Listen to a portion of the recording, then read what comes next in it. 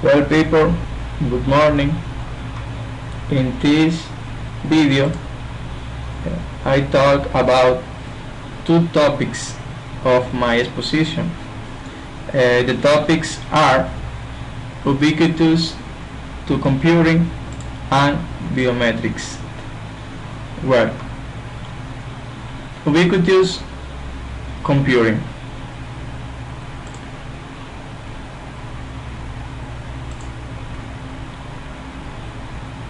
About ubiquitous computing, also table of contents. What is ubiquitous computing? Pervasive of ubiquitous computing, and the summary. What is ubiquitous computing? It's a concept in software engineering and computer science, where computing is made to appear anytime and everywhere. A user interacts with the computer, which can exist in many different forms. Pervasive of ubiquitous computing. Pervasive computing is the growing trend towards embedding microprocessors in everyday objects so they can communicate information. Pervasive computing devices are completely connected and constantly available.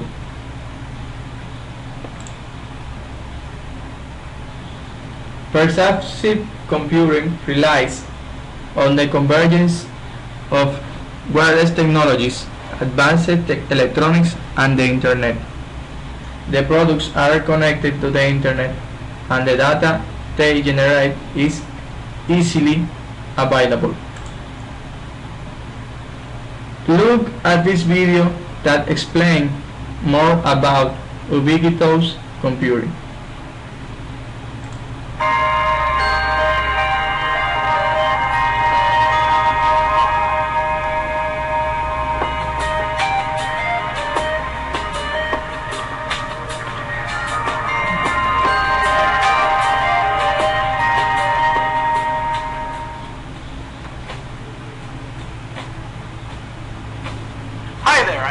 Strickland, a senior writer here at HowStuffWorks.com and host of Tech Stuff, and I wanted to talk to you today about ubiquitous computing and the pervasive internet. So, what are these things? Well, ubiquitous computing is this idea of computers being around us and part of everything we do, pretty much from the time we get up in the morning to the time we go to bed, and sometimes even when we sleep. It kind of comes from this idea of, well, before we had this computing world where there were a lot of people using just a few machines. So you would have to share time on a machine in order to get access to it. You would actually have groups of people using terminals that would each get access one at a time to a supercomputer. We call this time sharing. Then we moved to a model where it's one user, one machine. That's kind of the model we're in now, although we're shifting away from that, where you would have a computer and it would be a dedicated machine just for you. Use it however much you like, and you're not sharing it with anyone else. Well, then we've got the one user, lots of machines. That's where we're headed to now. A lot of people now own multiple computers. They also may own a smartphone, perhaps some other mobile devices that have internet connectivity built into them and computing built into them. That's the idea behind ubiquitous computing. We build computers into other things around us so that we can interact with them in a new way. Now, right now we can see it in things like smartphones, video gaming consoles, computers, that sort of thing, but we're going to see more and more of that built into things like basic appliances. Perhaps even the clothing we wear will have some of these elements sewn into them using electronic fabrics. Now, if that sounds a little too far out to you, just remember that a smartphone alone can really add a lot of functionality to ubiquitous computing. Imagine downloading an app to your phone that, when it interacts with your home network, allows you to control things like your environmental controls in your house. This isn't science fiction, it's happening right now. It'll just be a little while longer before we get to a point where when you move from one room to the next, the climate controls change automatically based upon your preferences. might come into a little bit of conflict when there's a bunch of people in the room and all of their preferences are at odds with one another, but we'll work that out as we get to it. Now, pervasive internet is a related idea. This is an idea where internet connectivity is universal. Pretty much anywhere you go, you'll be able to log into the internet. We're getting closer and closer to that too, although we still have problems with that. You might find dead spots where you have no Wi-Fi or cellular service, and getting connected to the internet might be a little difficult. You might have to have a satellite hookup, which is not cheap. But we're getting closer to having a pervasive internet experience. And the idea here is that between ubiquitous computing and pervasive internet, we'll be able to network everything. Your entire experience through life will be completely networked all around you, which means that you'll be able to dictate the experience you have in life based upon the technology surrounding you at any given time. So let's say that you like the room a certain temperature, you like certain music, you like certain kinds of food. Well, your refrigerator is going to tell you when you're low on your favorite ingredients. Your room is going to adjust to the right kind of temperature as soon as you walk in. Your iPod or other MP3 player is going to start playing the music you like as soon as you pick it up.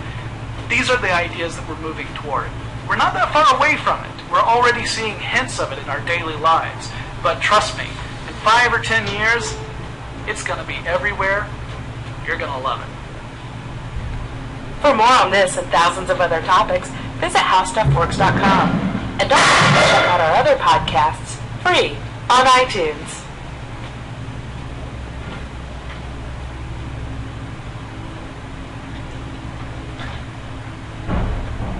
Well, this is the video of Ubiquitous computing.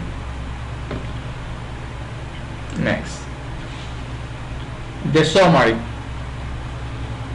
Ubiquitous computing focuses on learning by removing the complexity of computing and increases efficiency while using computing for different daily activities. Ubiquitous computing is also known as pervasive computing, everywhere, and ambient intelligence. The next topic is biometrics. In the digital age that we live in, security has become a pressing issue. Innovation like personal identification numbers, cards, passwords, and personal information are being replaced by extremely sophisticated technology, such as biometrics. Biometrics is now to be the best safeguard against identify, theft, and internet.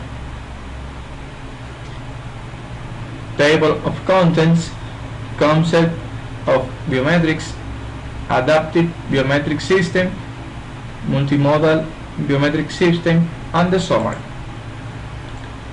Concept of biometrics.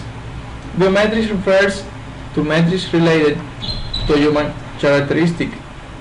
Biometrics identifiers are distinctive, measurable characteristics used to label and describe individuals. Biometrics identifiers are often categorized as physiological versus behavioral characteristics. Adaptive biometric system. Adaptive biometric system aim to auto-update the templates or model to the intra-class variation of the operational data. Recently, adaptive biometrics have received significant attention from the research community. Multimodal biometric system is use multiple sensors or biometrics to overcome the limitation of unimodal biometric systems. While unimodal biometric systems are limited by the integrity or their identifier, it is unlike that several unimodal systems will suffer from identical limitations. In the multimodal biometric system can obtain sets of information from the same marker, or information for different biometrics. Well, we will see this video about the biometrics. Fingerprint, retinal scans, and facial recognition. They used to be the stuff of sci-fi, but now biometrics is everywhere. Because biometrics is unique and very much associated with your body, they are extremely difficult, if not impossible, to fake. Tenji took a look at where we're at in South Africa. We know that a human being's fingerprint never changes. It remains constant from birth till death. And the things we've been able to achieve with fingerprint technology have been extraordinary. But as technology progresses, there's a lot more we can do with the body's unique markers than just opening a door or unlocking a cell phone. The formal use of fingerprint technology as a means of recording personal identification dates back to the 19th century, where printer ink was used to obtain the fine impressions. But since then, fingerprint scanners, which use the same light sensor system used in digital cameras and camcorders, can be found in both highly secure and everyday office environments. Biometrics are the way to identify a person. If you look at the human body, the way we look, the way we talk, our eyes, our ears, our fingerprints, every one of those traits of the human body can be used to identify the person. If you look at the fingerprint technology specifically, looking closer to the fingerprint itself, it basically is a combination of ridges and valleys. Now, every point where a ridge stops or starts, those points are the unique points of the fingerprint. So, if you apply that fingerprint to a technology or to a biometric fingerprint reader, the reader has the ability to identify those points and use those points as matching points. There are many types of biometrics. Fingerprint is the most commonly used because it's widely adopted as a general way of accessing premises, etc. Also used by organizations like FBI, Interpol, etc., our own South African police services. But going beyond fingerprint, facial recognition is getting to the point of being very mature. Iris is obviously very secure, but the technology is not that affordable at this stage. Voice is typically used in the case of a call center where you don't have physical contact with the customer itself. The customer can just phone in and technology will take the voice call, identify the person. With growing concerns over security in South Africa, access control technology has had to keep up with criminal ingenuity, given that some hackers have already figured out how to clone fingerprints. Stop the video for the duration and to continue with the exposition. Well, the summary. As we step ahead into the new millennium, identified thefts and internet scams are becoming increasingly common. In this era, it is imperative that we continuously upgrade our security system, and the use of biometrics is a step towards the security upgrade that we continuously require.